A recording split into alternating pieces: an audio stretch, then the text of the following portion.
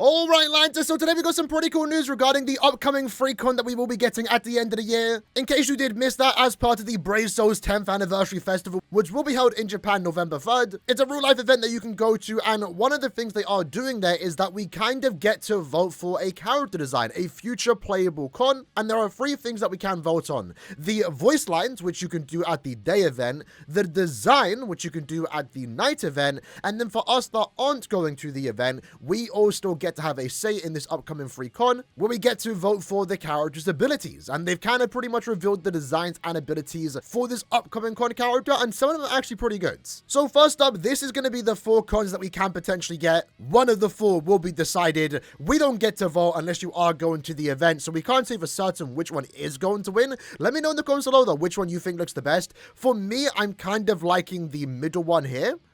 The one with like the, I don't want to say, is it a dragon? Is it a dragon? I'm not too sure. It's something. But then we also on the right have something that's kind of similar to the Renji that we have in game. I can't say I'm aware of, the customs in Japan or some of the stuff they do at New Year's, but I was aware that Renji had some type of ping pong. Maybe, I'm not too sure, but every time he lost, he would have to like mark his face, and something similar there with Kon. He has a circle and also X. The other 2 are alright. I don't dislike the one on the right, the 2026 with the mountain, the sun. The left one though looks a bit too basic for a New Year's con, so me personally, if I was to go to the event, in the day event, I would vote for either the 2 middle ones, left or right. As long as like the middle 2 win, I'm happy. But I think any of them is going to be pretty fun, just nice in general to get a new playable con. Hopefully the character is good, because we have no idea.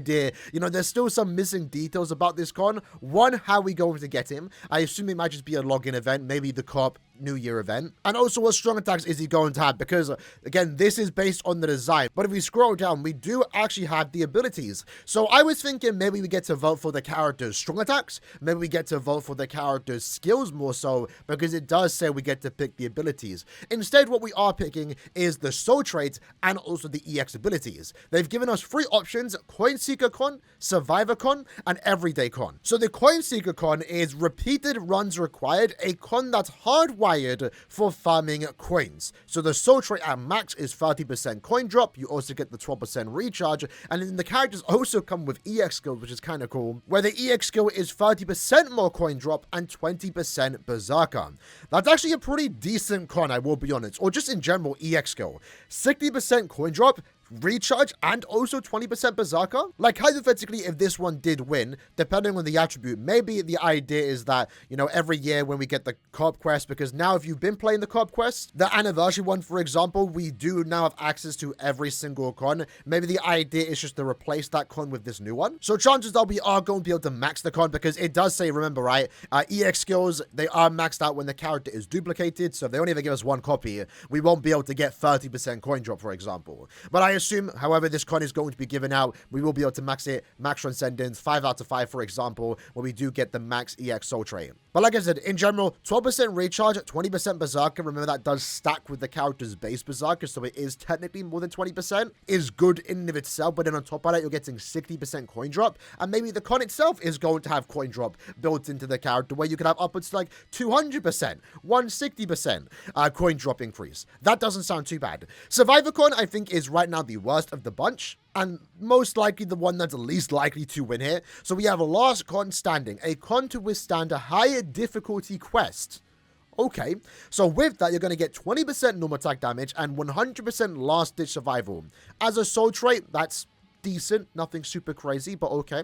And then the EX skills is going to offer +5 start barrier, which is the first of its kind in EX skills. We've never seen that before. Nothing super crazy, but that is, unique to that character if he was to get it. And then you also get damage taken -14%. So this one I would say is more of an epic raid EX skill. In epic raid content, maybe to a certain extent even Path to Unity, normal attack damage characters are actually pretty good there. In general, maybe on par with strong attack damage characters for the most part. And 20% normal attack damage, 100% last ditch with the start barrier and the damage taken doesn't sound too bad. But compared to the other options, it's definitely the worst of the bunch. Most because EX barrier +5 is a bit weak. I would like to see +10, and also damage taken -14 is on the lower end. That should at least bare minimum be 16% upwards to 20. So like I said, Survivor Kon is most likely not going to be the one to win. And then we also have Everyday Kon, which most likely is the one that is going to win, and it's the one that's getting my vote. So with the all-purpose but all-class a Kon with quick feet and the power to heal.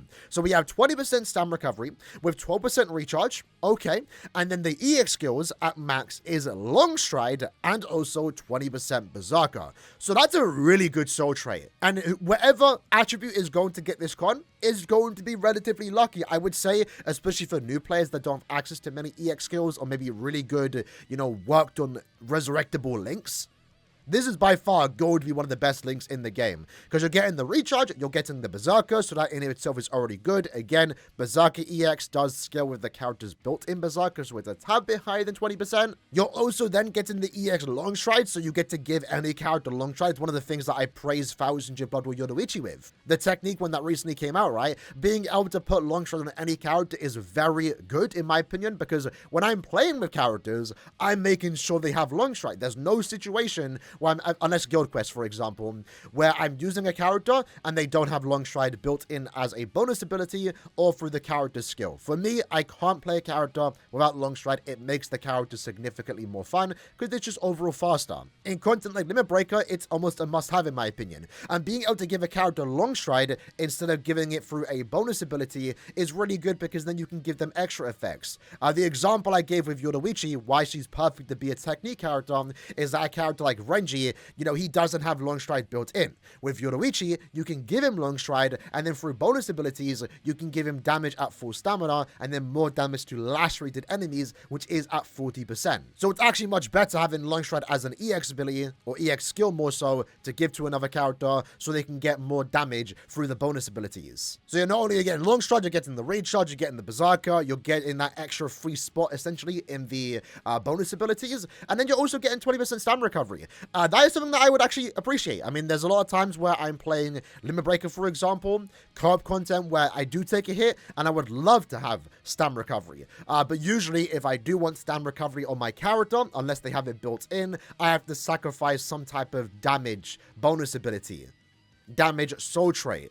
With this Everyday Kon, you get everything. You get Long Stride, Berserker, recharge, and stam recovery. So I definitely see Everyday Kon winning. That's the one that, again, is going to get my vote, and that's the one that we, as players that aren't going to the Brazos Festival, can vote on, which is actually really cool. But like I said, right now, the question is going to be, what attribute is going to get it? As long as the character isn't technique, it's a W. I mean, even if it is technique, it's kind of fine. Maybe you don't have Yoruichi.